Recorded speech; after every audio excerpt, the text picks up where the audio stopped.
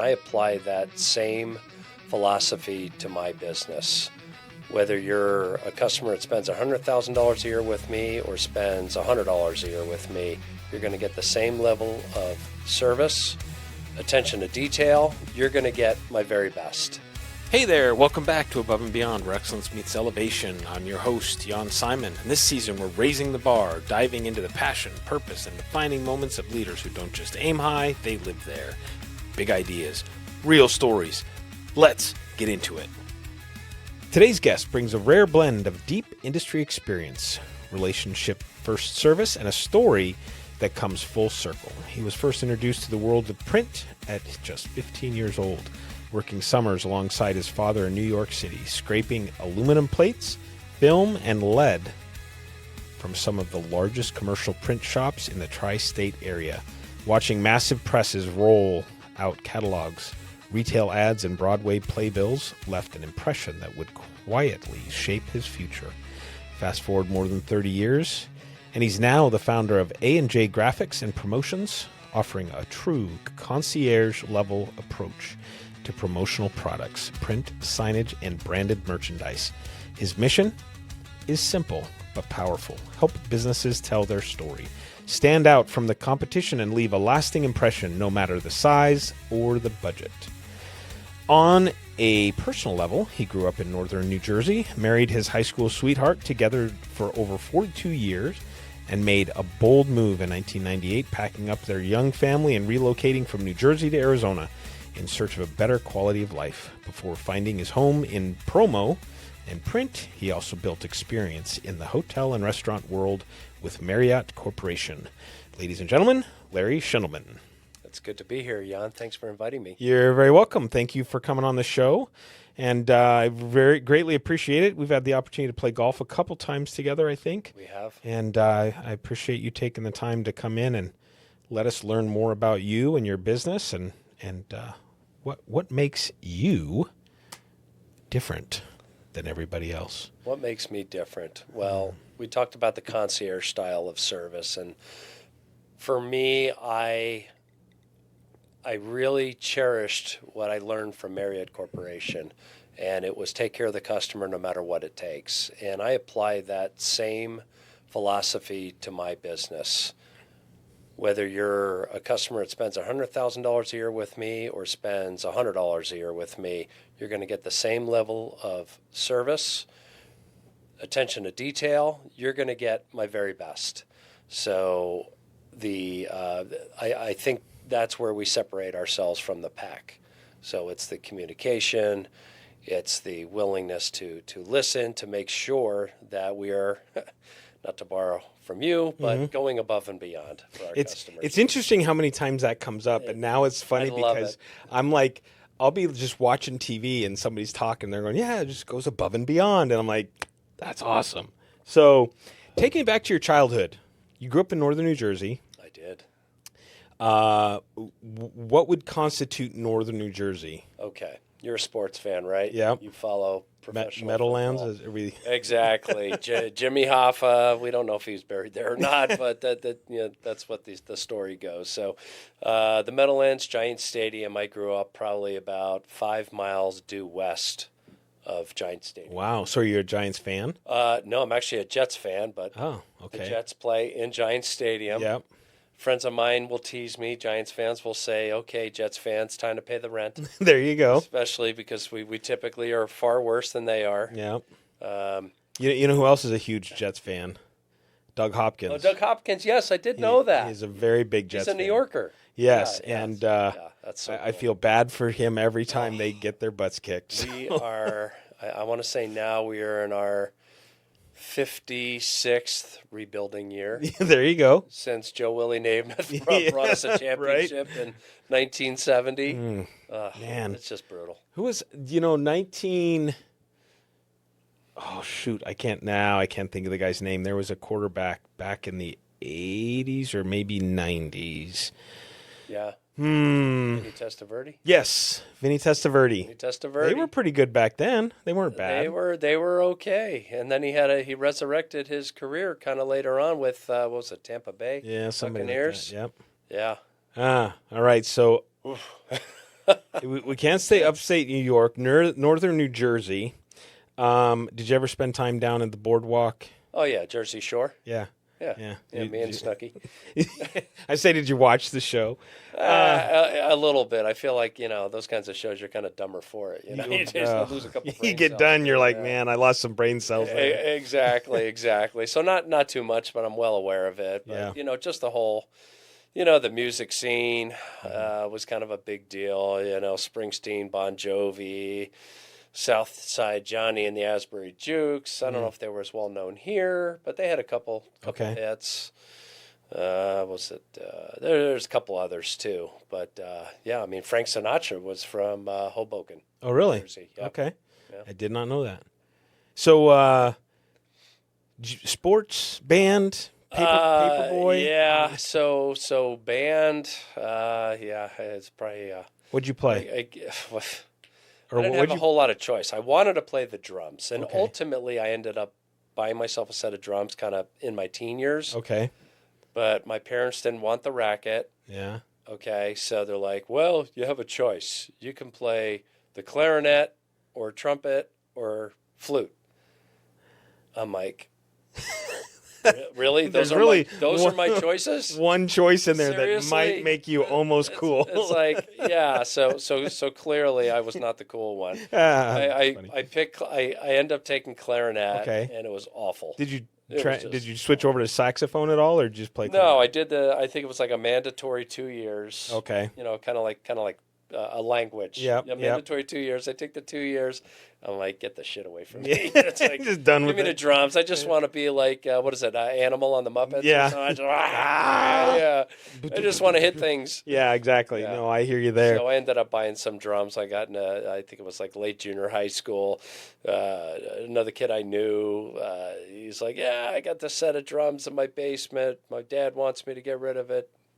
Went over there, took a look at it, and gave him like $150, and Nice. that was that. Did your parents let you play it? It was down in the basement. Okay. And those homes, I mean, they were concrete, and I mean, Yeah. they were pretty well soundproof. So I'd go down the basement and I'd turn up some. Christine grew up in New Jersey. Well, she didn't grow up in New Jersey. She was born in New Jersey, lived there for a while, but she had family in New Jersey. And she talks about, I think it was her grandmother's house, that she talks about roller skating in the basement. Oh, Like yeah. it had like a metal pole in the middle or whatever. She's talking about roller skating.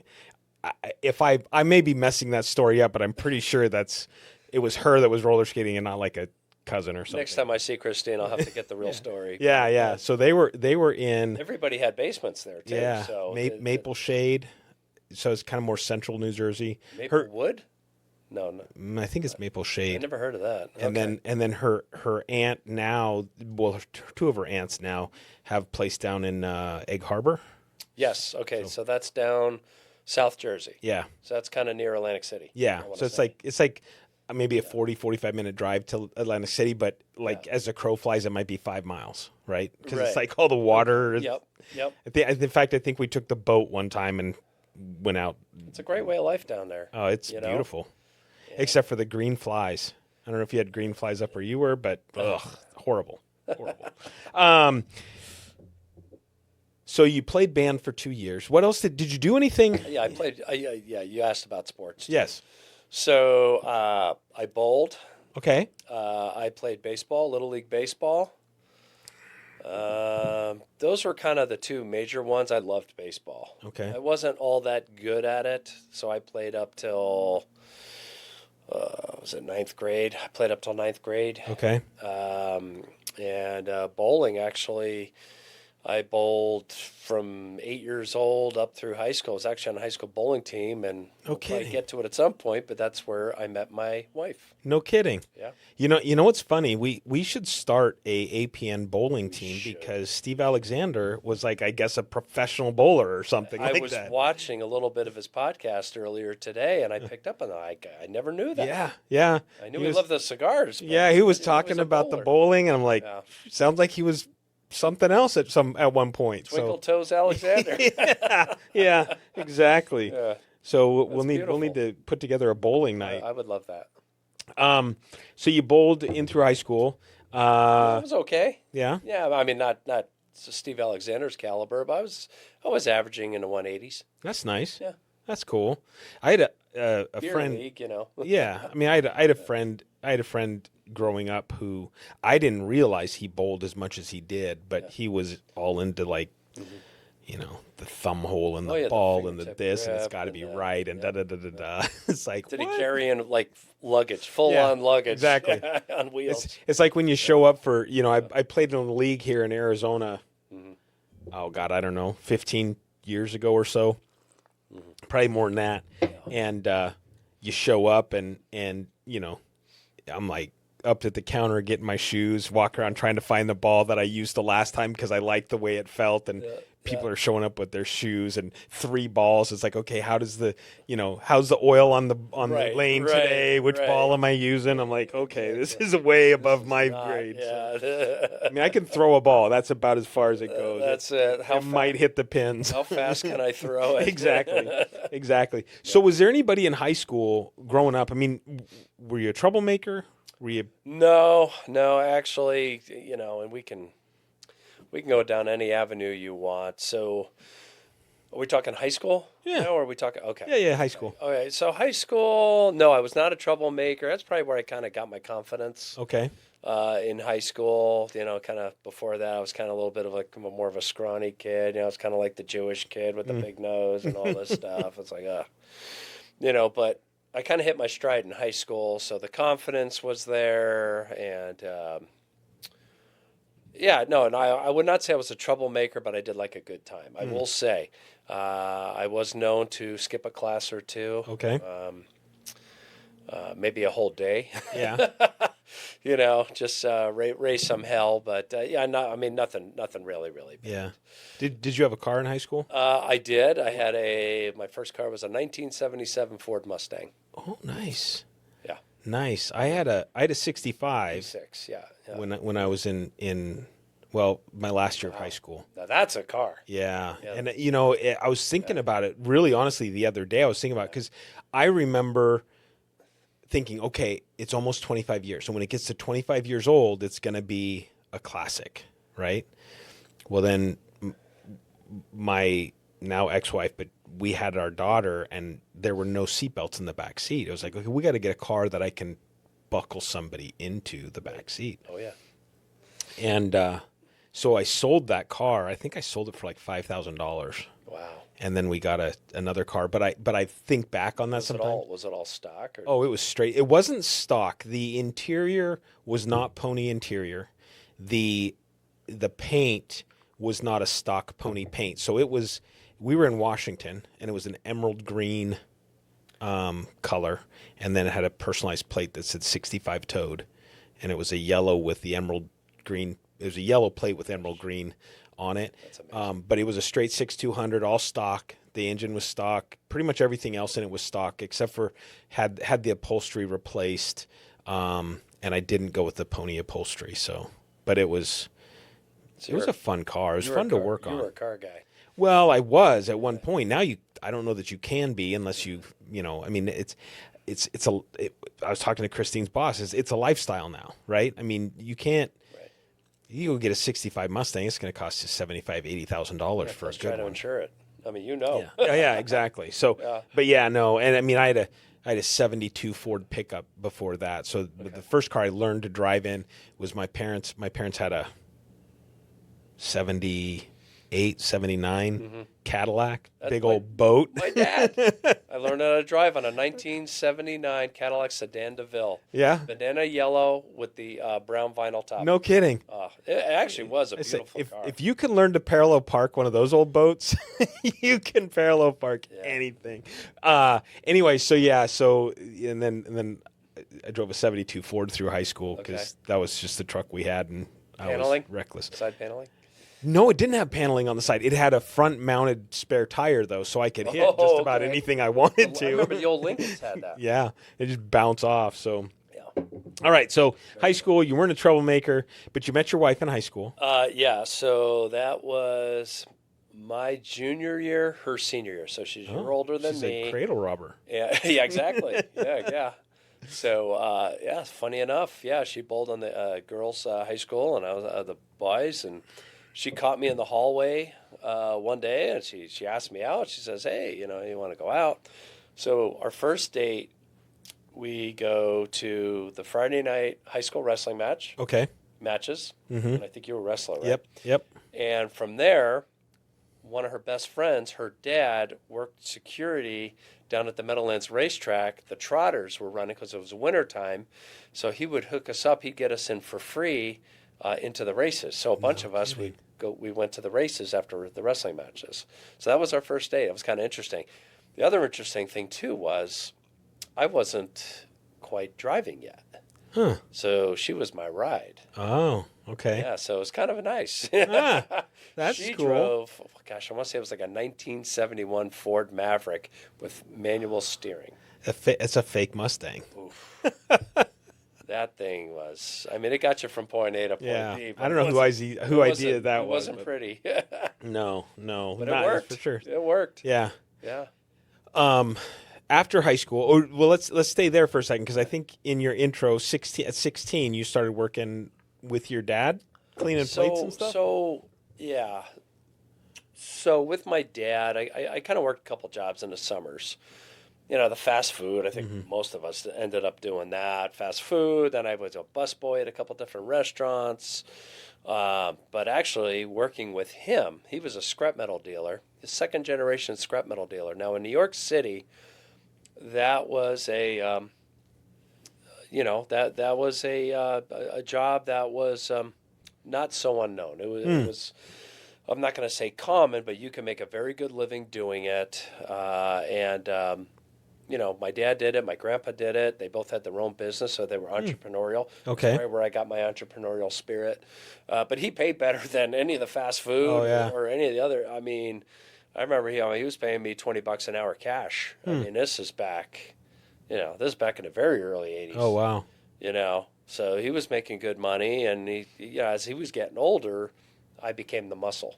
Okay, yep. And I kind of worked out. I was in pretty good shape. So, I'd help him with that, and he was more the sales guy.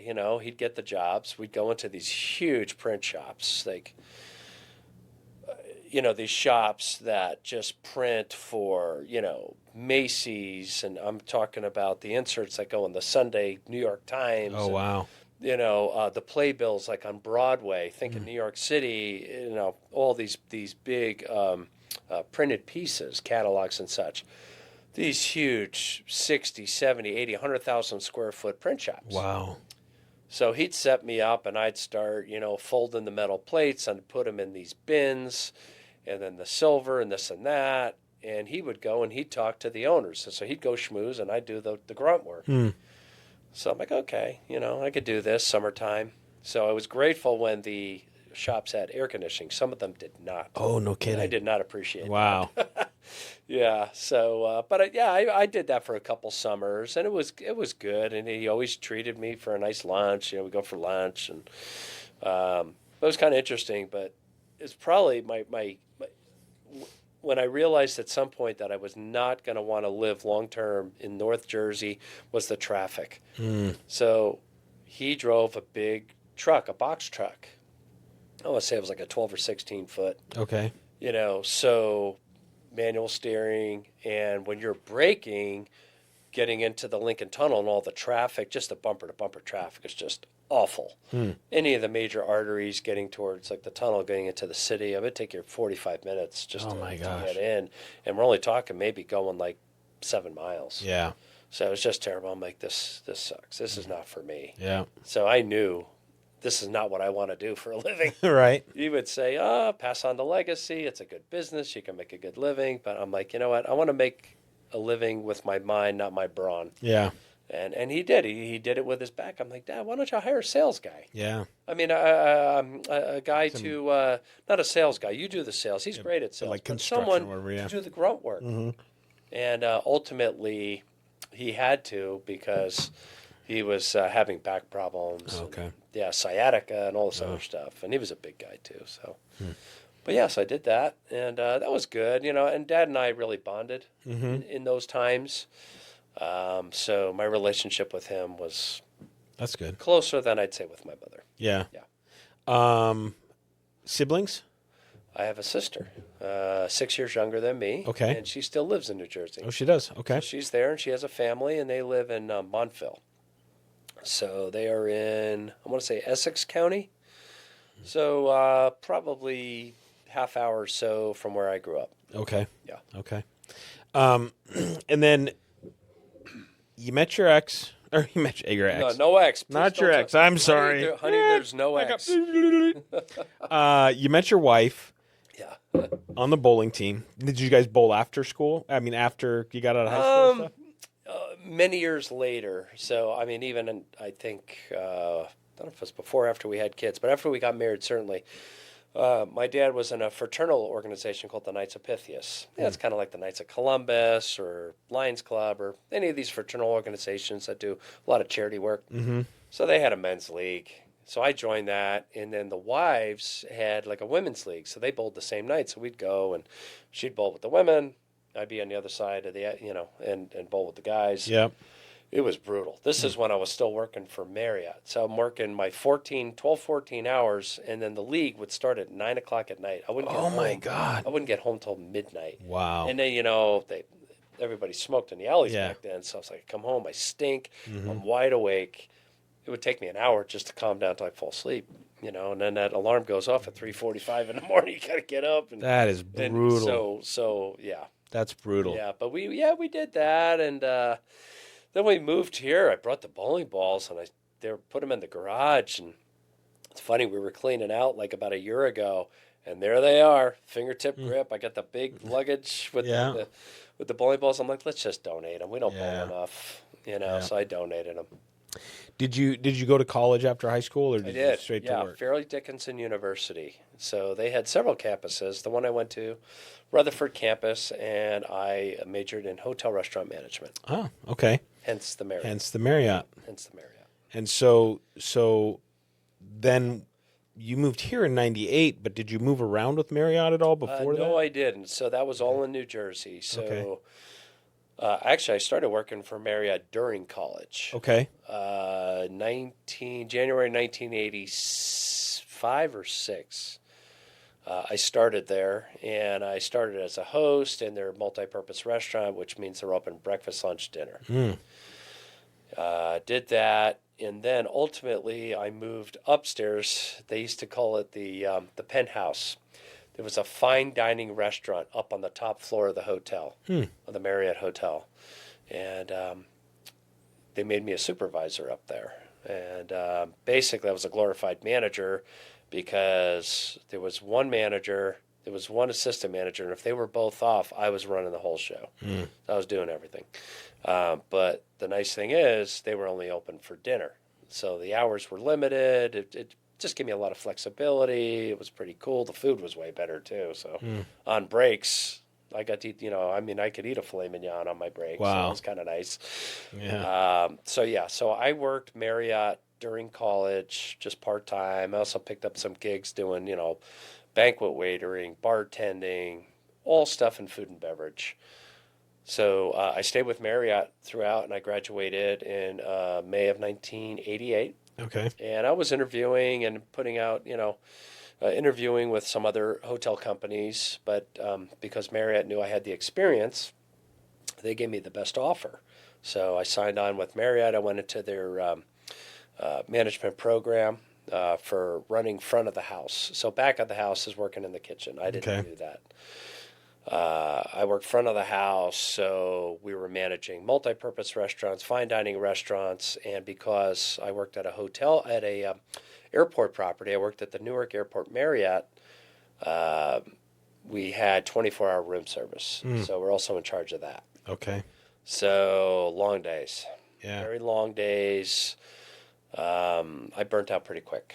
So from age 22, 1988 till 1992, I did that. I worked my way up a little bit, got one or two promotions, but things weren't moving fast enough for me, and they don't pay you squat. So, I'm working like subsistence level, Yeah. and my wife's like, okay, we're been married a couple of years now. If you want to start a family, you better find something to do that's going to pay you like a decent wage so we can afford to have a family, Yeah. and it's not dependent on me. So, this is where I get out of hospitality. So I leave in April of 1992 and enter the print industry again. Okay. So when it comes back full circle on this side of it, I'm working as a salesperson, Okay. a print broker. So one of the guys that I met while in the bowling league, the fraternal organization, Knights Pythias Bowling League, I meet this one guy, and we're I don't know if we're on the same team, we're bowling against each other, but we get to chatting, and he's like, "You don't seem very happy. You kind of seem a little grumpy. What's going on with you? What's your story?" I said, you'd be kind of grumpy too if you work 12, 14-hour days and you come here and you've been up for 18 hours already. So I gave him the whole spiel and what I did, and he's like, "Why don't you come work with me?" He's like, "I'm Monday through Friday, no weekends, no holidays." I mean, I worked all the weekends. Weekends, holidays, you name it. Especially being an airport property, you never close. You're like a hospital. You don't close. So I'm like, this is interesting. No weekends, no holidays. You set your schedule, call on who you want to. Your clients are your own, but I had to bring in the clients. So he wasn't feeding me any leads or anything. So I go home, I talk to my wife about it, and she's like, "Oh, sounds interesting." So several weeks go by. I mean, he's hitting me up every week that I see him at bowling. I'm like, you know what? I'm just getting so frustrated. I just feel like my career is kind of a dead end with hospitality and restaurants.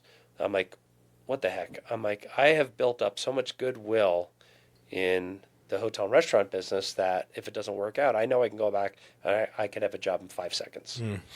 I always believed in leaving on good terms. Always maintain the relationships.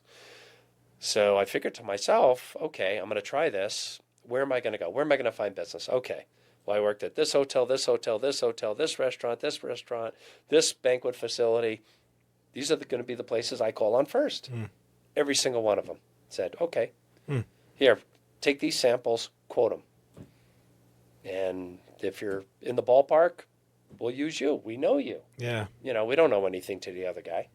So that's how I started building up. And that was that. And I never went back. Yeah. Yeah, that was that. April 1992, that was. Okay. Yep. So up until that point, was there anybody that helped you along, mentored you, kept you on the straight and narrow? I'd say with the business part of it, my dad was pretty business savvy, I have to say. Not to go off on tangents, but back to the Cadillac. I mean, he could sell and he can drive a sale and he can get his price too when he's on the buying side. I watched him make the Cadillac dealer cry, and I am not kidding you. No kidding. I am not kidding you. That man walked out over $100 bill in 1979. So he knew what he was talking about. So when it came time, for me, I started working with this one guy, and it was fine. But I started building up. My revenue starts going up, and it's like the end of 1994. So I've been doing this for about 2.5 years, and my revenue was probably about 85-90% of what his was, and he's been doing this for years, probably 10 years. He's like, "What do you think about becoming partners?" I'm like, "Huh." I'm like, "Well, what'd you have in mind?" "Well, this. I said, "Okay." I said, "That car you drive." I said, "Is that a business for business?" "Oh, yeah." He said, "My wife's car is too." I said, "Well, am I going to get that? Am I going to get a business car? And is my wife too?"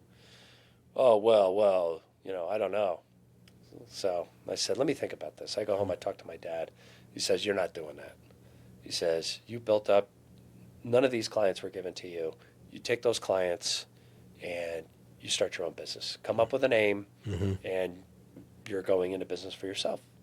And I went back the next day and I told him, I said, "This is what I'm doing." That is not what he expected to hear. Yeah. I'm sure he respected it, but he didn't appreciate it. So our relationship from that point forward was pretty frosty. I'm sure. My dad knew this guy very well. Actually knew the guy's father. Oh, wow. So, and this guy highly respected my father. So he wasn't going to pull any shady shit. And he knew what the deal was going to be. And if anything went a little bit funky and sideways, or if I thought that something was not going above board, my dad was going to get involved. And my dad is an imposing figure. Think Frank Sturpey. Not quite as tall, but my dad was about 6'2", 330 pounds. Oh, wow. Big dude. Yeah. Big dude. So anyway, so I started my own business. And that was January 1st, 1995. And the next challenge was, okay, what do we call it? I'm asking around, what do you call it? What do you call it? Hey, what's your kid's name? Alexa. I have one child at the time. Okay. Bingo. We're going to call it Alexa Graphics. Problem solved. Well, stupid me. It never occurred to me that I might have another child down the road. Might not appreciate that I named it after the one kid. Yeah. But not the other. So as luck would have it, as time would go on, 1998, when we decided to move, I sold the business, which gave me an opportunity to start a new business and come up with a new name. So I went a little more generic. Okay. Hence A&J Graphics and Promotions. Okay. I'm assuming the J is after your second child. Justin. Okay. Big All right. And that was 98 when you came here. June of 98. Yep. Okay. And since then you have not looked back. I have not. Any time in there, and we'll call them seasons, that kicked you in the teeth, where you were ready to just be done? Ooh. I mean, I can imagine you had we'll call it a book of business or a clientele in Jersey, Book of business is good. Yep. right? And you sell that, so I do. you may or may not have a couple dollars in your pocket. That was a learning lesson too, the way it was structured.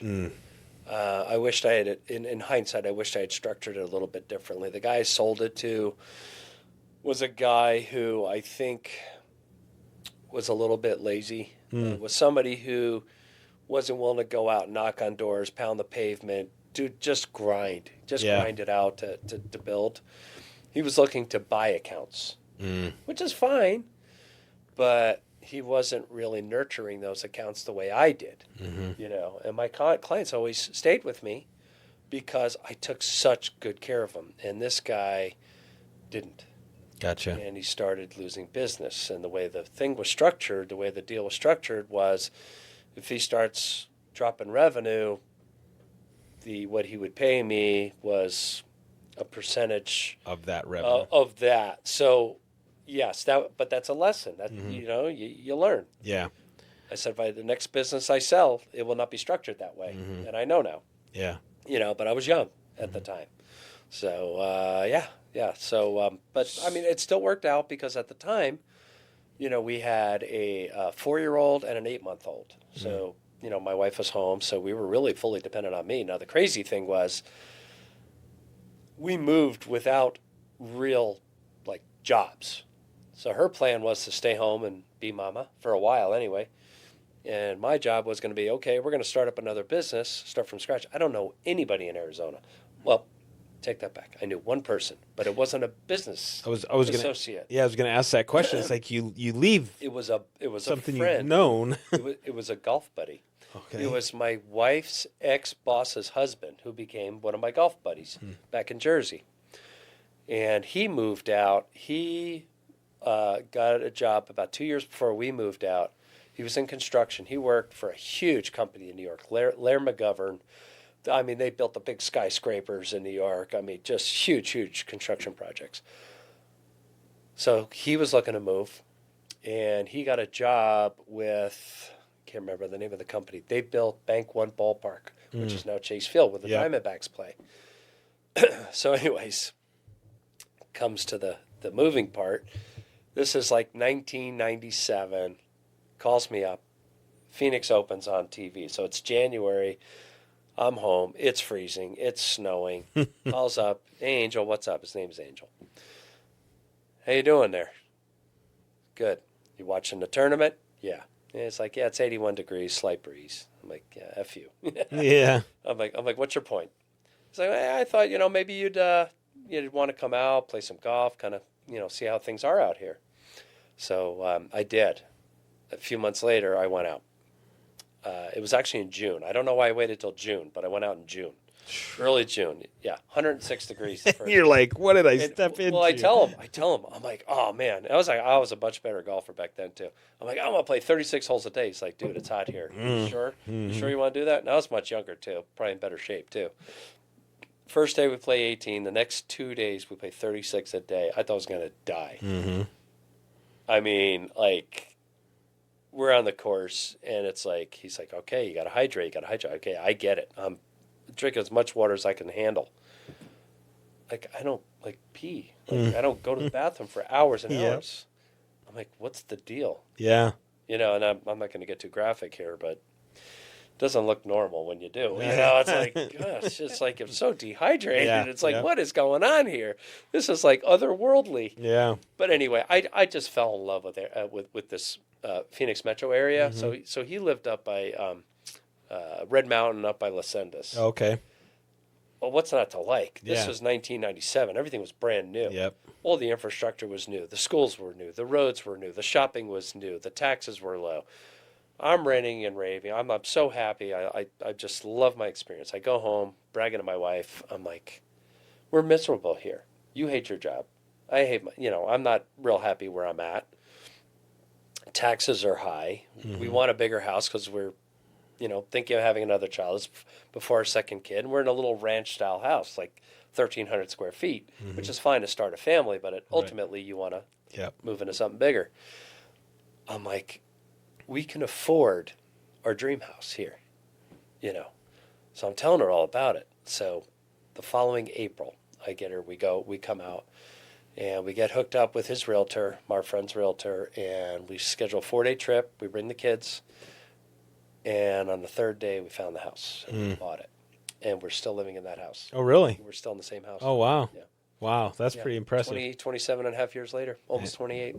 And I'm sure you paid almost nothing for that house. Yeah, it was. It was like $196,000 for a 3,200 square foot T.W. Lewis house This is nice. in Gilbert, and we put like $8,000 in upgrades in, so it was like $204,000. I sold my old 45-year-old ranch for like $35,000 more than what we paid for that house, Wow. brand new. Wow. Yeah, it was crazy. That's Now the one insane. thing I do miss is land. Yeah. So we had some property. We had about 4/10 of an acre, which here is hard to come by unless you're buying, you go far out east or wherever. Yeah. Yeah, Everything's you're on gonna pay. postage stamps. That's Yeah, postage stamps. Yeah, and everything's cookie cutter. Yep. Yeah. So, Yeah. Yeah, I regret that a little bit, but I mean, in the end, we're very happy. We had the best neighbors. We had the best street. That's when we awesome. moved in, our neighbors they couldn't do enough for you. I'm like, these people, they're so friendly. Yeah. Like back east, it wasn't like that. Yeah. You had your best friends, the people who deeply cared about you, but like your neighbors, you were either dear close friends with them, or it's just like they didn't even look at you when they passed down the street. Oh. Here, everybody was so friendly. I think things have evolved and changed a little bit, but I will never forget the day we move in. My wife's like, okay, we have a refrigerator, we have no food in it. I need to go to the grocery store. She runs up to Albertsons at Power and Baseline. I'll never forget it. And she comes home, and she says, I had the weirdest experience at the checkout counter. The cashier asked me, did you find everything you need? Is there anything else we can get for you? And can we help you out to the car?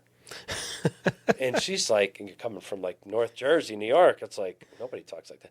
She's like, what the F do you care? What do you care how my day was? Yeah. This is just like foreign That's to funny. us. That's so funny. Like foreign. Yeah. Like now we get it. Like, Yeah.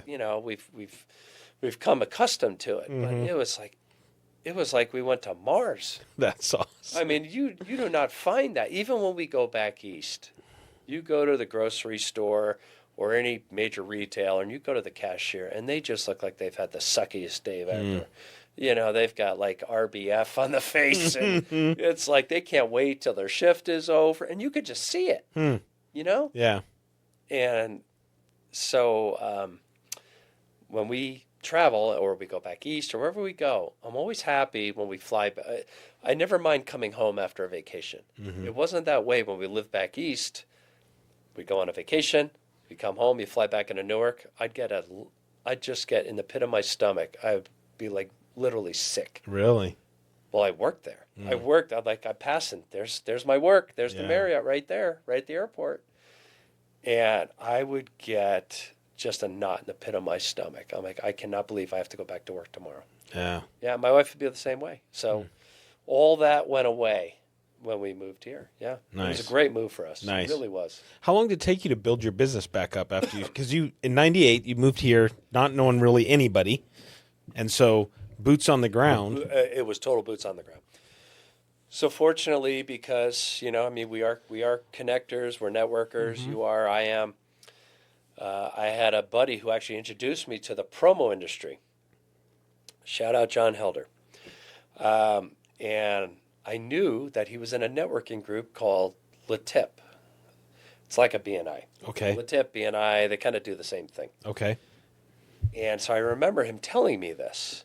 He's still in that same group like 30 odd years later. Oh wow. So anyway, I said, hey, what's the name of that place again? So I called the 800 number. I'm like, hey, you got a chapter, here's where I am. I'm in Gilbert. Yeah, we got one here. It was like at Alma School in the 60. Okay. So I go and, so I start there. Funny thing is, I picked up my first nice size account through that group. Huh. Do you remember Rebath? They're still in business. Yeah. They're not what they were. Okay. Well, 27 years ago, they were pretty big. Yeah. So what their tagline was, we'll put a new bathtub over your old bathtub.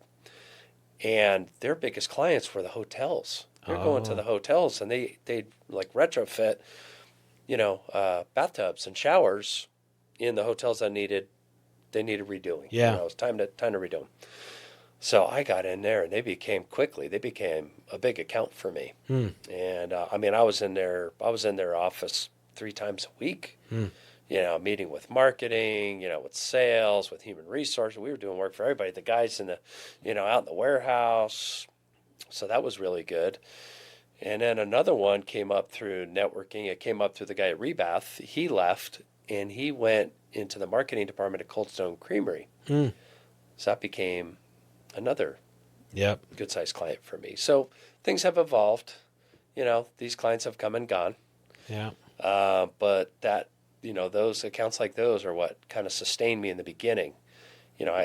I think everybody kind of needs to get a break. You get a break, you grind and grind and grind. It's like, oh, where's the payoff? Yeah. And, you never know. You're networking with people. You never know who they know. And it's just, okay, who do I know? Who's connected? So from the beginning of when you started the business, restarted the business in '98, we got into the promo business. Yeah. Actually, I dabbled in promo in New Jersey. Okay. When I had the print, because the print customers were asking me, hey, can you get me T-shirts? Can you get me tote bags, Frisbees, cups, I'm a guy, I'm like, ooh, this sounds like an opportunity to make money. Yeah. I got to figure out. So that guy, John Helder, who I was telling you about, who introduced me to promo, I found him through, quote unquote, the yellow pages. Yeah. yeah, I find him. Yeah. I mean, that Back was in the the thing day, back yeah. in the day, right? Showing my age here. But yeah, so I found him, and he was a great resource. So I started funneling these orders through him. And it got to a point where that started growing. He says, look, he's like, I could take your money all day, but as your friend in good conscience, you should join what's called ASI. So it's kind of like an industry. This is where it's like a database where you could do all your research and find all these products in the promotional industry. Okay. Like a governing body, maybe. You probably have it in your industry where you go to conferences and stuff, and it's run by such and such, So I started getting into that, going to the trade shows, and I started, okay, gosh, I have all these products at my disposal to sell to my existing print clients. So that's how that started. But yeah, so I made it more of a focal point in my sales routine when I got here. Gotcha. Yeah. From the beginning, was it all rainbows and butterflies, or did you have any bumps in the road? Shit, no. No.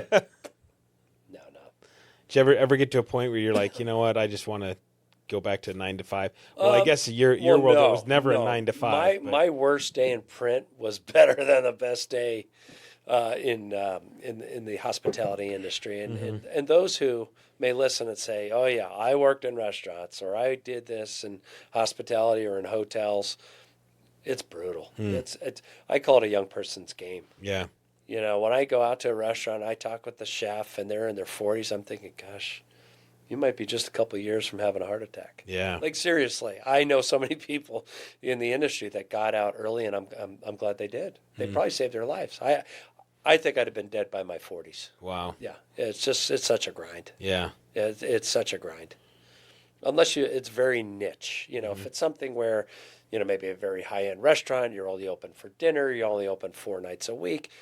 That's one thing. Yeah. When you're working in a hotel, in a restaurant that's open, 365 days a year, because you have to be, because you're in a transient property, you have to be available. Yeah. So it's brutal. So can you share with us maybe a time in the promotional business with A&J where, you know, you were kind of up against a wall, you really felt like, oh my God, this is just kicking my butt. You know, obviously the hospitality business was worse. But I think it was personal.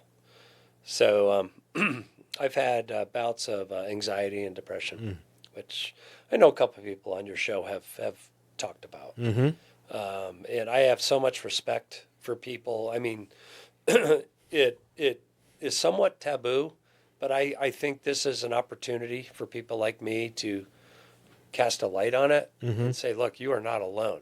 There are people who are very successful that have anxiety and have had times where they just feel like they're overwhelmed. They can't handle it. I mean, I've gone through periods in my life where I felt like, oh my God, I have to get up and speak. I can't talk. I'm like I'm frozen. Or, you know, I had a couple embarrassing moments. So my daughter, believe it or not, I know you've golfed with me. My daughter's was a very good golfer. Probably still is. She doesn't play as much anymore, but she played collegiately. She came up through the ranks and played junior golf. So anyway, I have her in all these tournaments. So many times I'm driving her to these tournaments.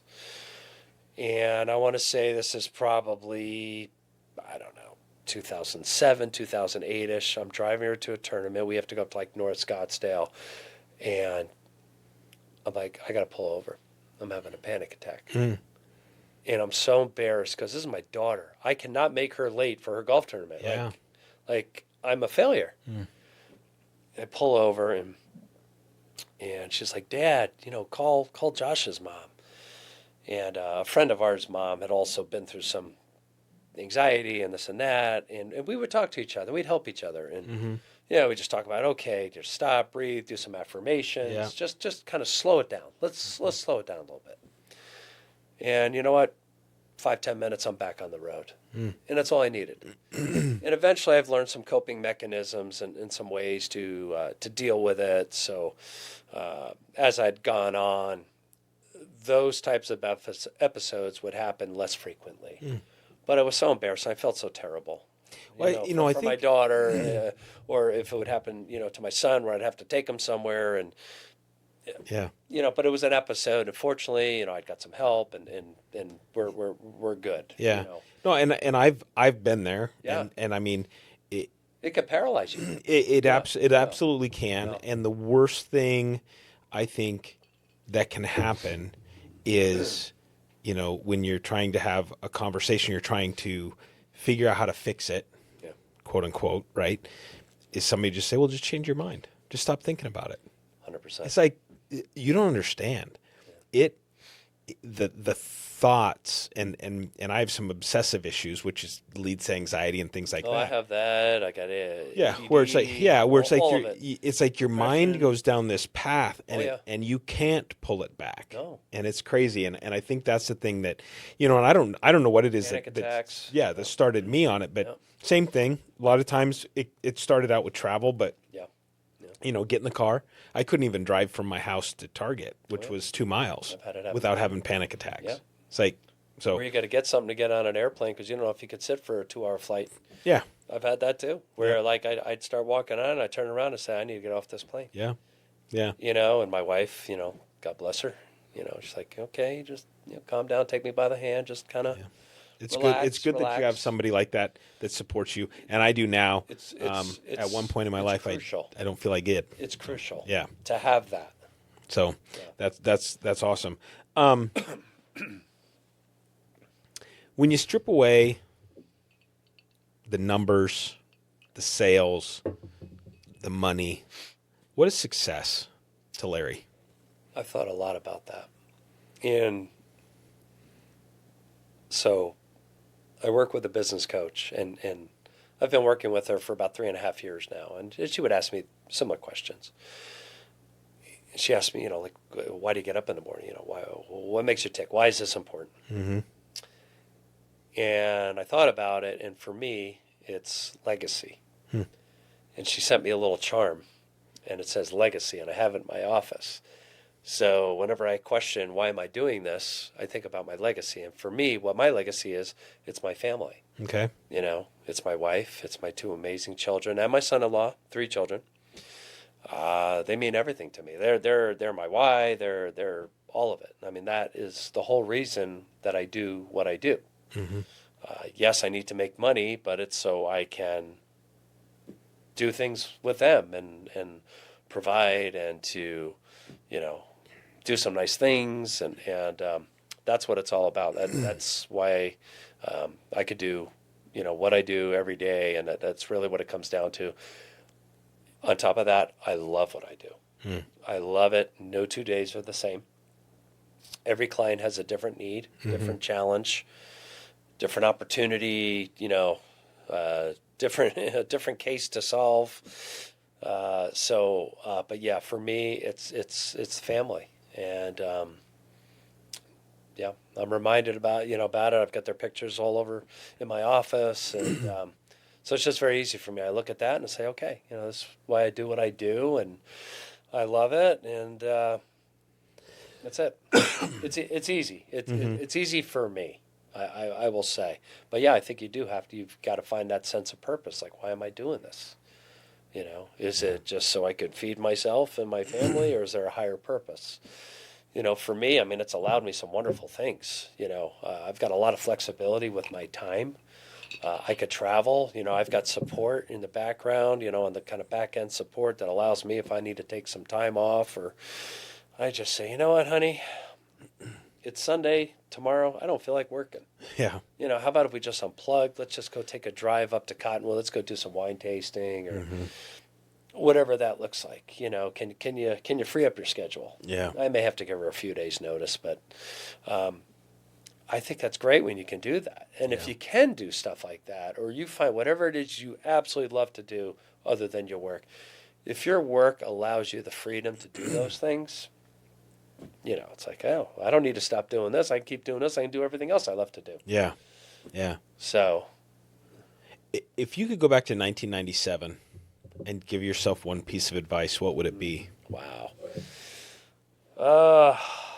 Probably have a better plan. I mean, we really flew by the seat of our pants. I mean, Sometimes that's the best, though. We defined it. I have friends like, I can't freaking believe you had no job, no income, 2 basically babies. I had an 8-month-old and a 4-year-old that are totally dependent on us.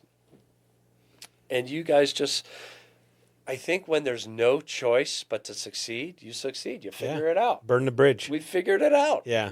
Well, and I think so. I mean, there was a lot of pain along the way. Absolutely, I'm sure. But you talk about this, and I've talked about it a couple different times on different shows where if you wait to be ready, that day's never going to come. It's not coming. Right? There's always going to be something that stops you. There's going to be, whether it's money, time, the people, whatever it is, there's going to be something that stops If you allow yourself to stop and think about those things, forget it, it'll paralyze you. Oh, absolutely. Absolutely. So really, sometimes leaping without a plan is the best plan you can have. I like when Frank says we're flying the plane as we build it. That's right. That has stuck with me, but I think to some degree or another, we all kind of do that. Yeah. It's like, well, I don't know how I'm going to do this podcast, but I'm going to figure it out. That's right. That's right. It's like, it burns inside you and you think, you know what, I'm going to do this. I think it'd be fun. Yeah. and we'll shape it as it goes. Exactly. Right? We'll make it better. We'll figure it out. Talk to me about A&J Promotions, right? Promotional? A&J Graphics and Promotions. A&J Graphics and Promotions. It's a mouthful. What? Tell me what you do. So what we do is we provide solutions for we provide branding solutions for our customers. So we take their logo, their image, their message, and we put it on, physical product. So whether it's, promotional items, your cups, your bags, your pens, your tech items, wearable pieces, stuff like that, to print, which is I call ink on paper, to signage, the apparel I touched on. So we take their message and we put it on printed media. Media essentially is what it is, and we can make them look pretty awesome on these different types of substrates, and so that's what we do. So no matter what type of business you're in, if you're looking to promote yourself and give out some type of a promotional marketing piece, if it can hold an imprint, we provide it. Okay. The one thing that we kind of stay away from, and I know there's other people within the network that do, we stay away from the full vehicle wraps, and the main reason that we do is that is a specialty, and it takes somebody that really knows what they're doing. Many people can print beautiful vinyl graphics, but if the install's not done right and the seams don't fall in the right places and this and that, it could really go sideways. Yeah. I'm thinking there's too much liability and there's too little profit. The margins are very slim. So I'm like, I'm going to stay away from that. Plenty of people that do, and I can refer out. But in the promotional space and the print space, I feel like I've got something to bring to the table with experience, with, our core values, with the communication and the, we're looking to develop a relationship, an ongoing relationship with our clients, our client partners. We want to be their marketing partner, essentially, for them. So, we're there for the long haul.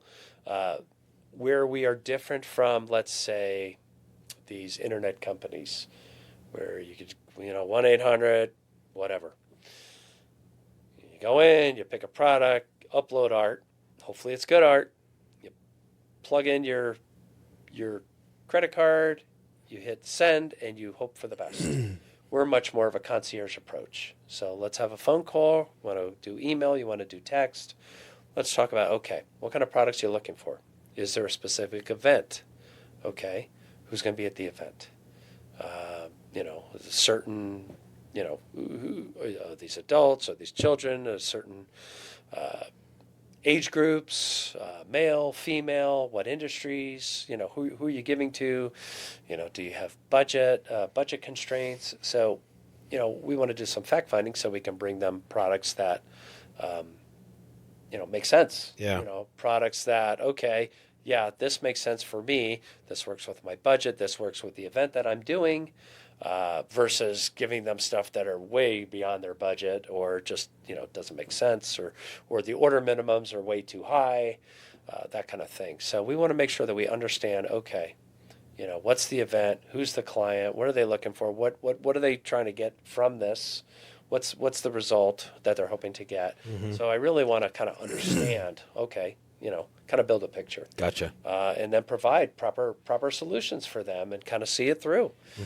We're there before, during, and after the service. 99.997% of the time things go great, but I want to hear about it when something doesn't go great, because I look at that as an opportunity to shine.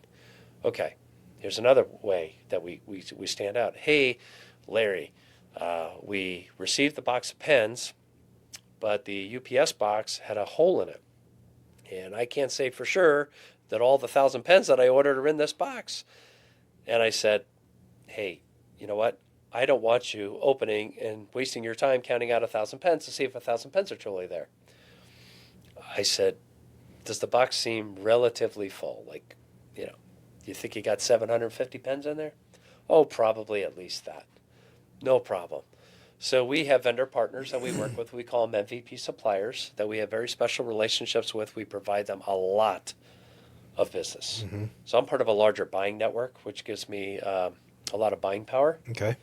So we leverage the relationships with these suppliers, and we try to use them as exclusively as possible. So when something goes a little bit sideways, we can go back to them and say, hey, we have this challenge. You know, customer thinks, not sure, might be missing some pens here. No problem. I'll go to BIC, I'll go to, you know, whoever it is, Pilot Pen, whoever it might be. No problem. How many you need? 250. Done. We'll print them the next day. We'll overnight them on our dime. 2 days later, 48 hours later, customer receives another box of pens. He's like, this is so much more than you needed to do. You went so far above and beyond. Yep, there you go. But that is how you make your reputation. Yeah. So I love the fact that we have these vendors that we can lean on that do quality product. You know, every once in a while, you know, maybe, you know, something wasn't quite as the customer expected. They're there. Yeah. You know, they're there. We can call them and say, hey, this happened. Make it right. What are you going to do? I'm the advocate for the client. Yeah. Just like you are with your clients. I'm the advocate. So I go to bat for them and I say, okay, you know, here's what the client's looking for. I want at least this. Sometimes I'll even ask for more than what they ask for. Yeah, granted, I want to come back looking like a hero. Usually we do. But I'll always be, you know, I'll always be very candid. I'll be upfront with them. I'll be honest with them. You know, but nobody's perfect. But give me the opportunity to make it right. What's the most unique thing you've ever had to imprint something on? Can you share? We had a request. I don't think we did them. It wasn't for a bachelorette party. No, right? It was custom packaged condoms. Oh my God! No kidding. Yeah. We ended up not doing them, but we did inserts for DVDs for a guy that was making X-rated film. No kidding. Yeah, that's funny. Yeah, like the full color insert. Yeah. We've done that. Yeah. Wow. I mean, you know, and that part of it is all fine. I mean, we've done stuff for the cannabis industry, which is, I mean, fine now. That's very mainstream. But that's the cool part of it because we get all these different projects that come to us. Yeah. You know, we've done like, T-shirts for a cannabis company, and they have all these cool sayings. Now, you know, I don't partake so much, but, you know, those who do may understand some of these sayings in that world. You know, people who like to get high or whatever it is, whatever the world, you know, that world is. There's some very fun sayings, and we can print that. And, oh gosh, there was another one. This guy was doing. He was doing mobile oil changes, and we did some T-shirts for him years ago, and he had all these taglines like, you know, like Star Wars, lube long and prosper, that kind of stuff. Yeah. Or, that's funny. Something about the color of the oil, or, you know, just very, very funny little puns and jokes and stuff like that. Play on words. Yeah. So that stuff's kind of fun. I enjoy that. I mean, we've done some cool things like, you know, race cars and stuff like that. Like I mean, miniature race cars. Okay. Yep. I mean, gosh, we've done some cool stuff with drinkware. We've done some cool, I mean, lots of cool things. I mean, there's not one specific thing that comes to mind. A lot of the stuff we do, you know, we do a lot of catalogs and brochures and pens and mugs and tote bags, tech gear.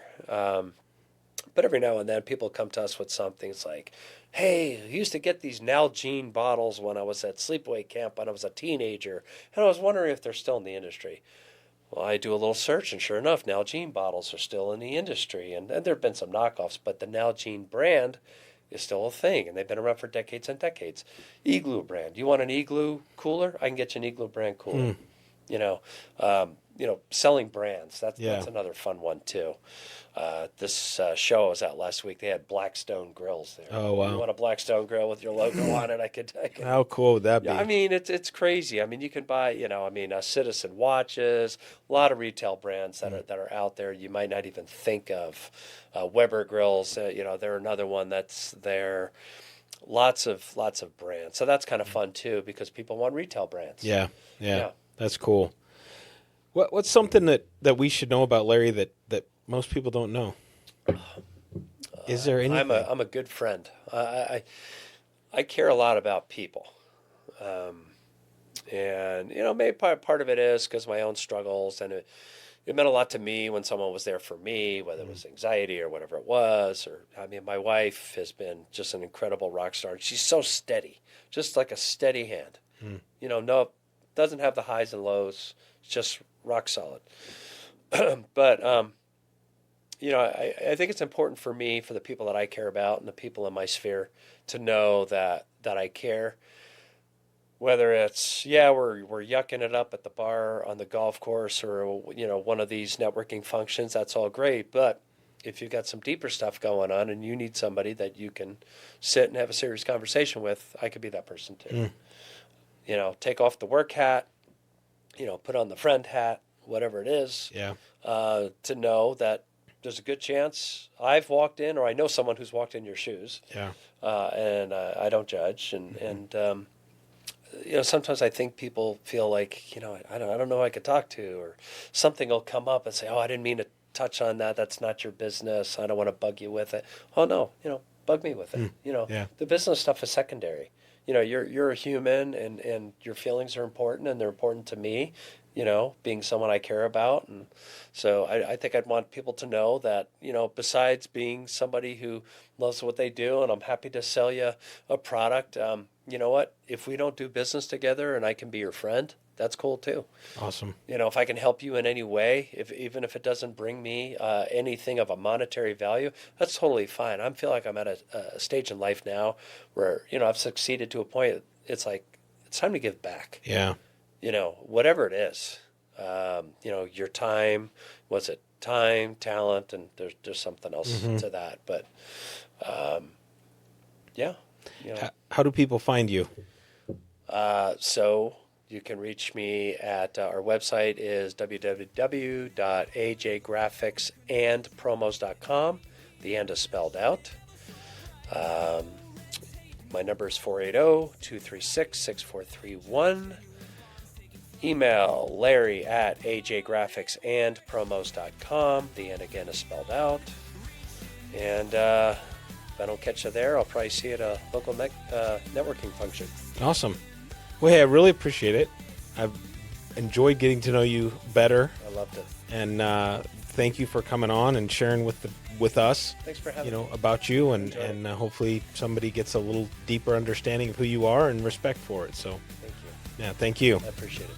This is Larry Schendelman, and I went above and beyond. Stories we share beyond the fairways, friendships grow in APN's embrace, opportunities flow.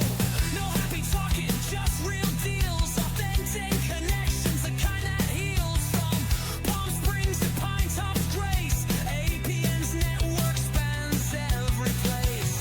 Above Par Network, we're going above and beyond, reaching new heights. In networking realms, scaling the heights. From mixers to golf, our spirits unite. APN's the beacon, our guiding light.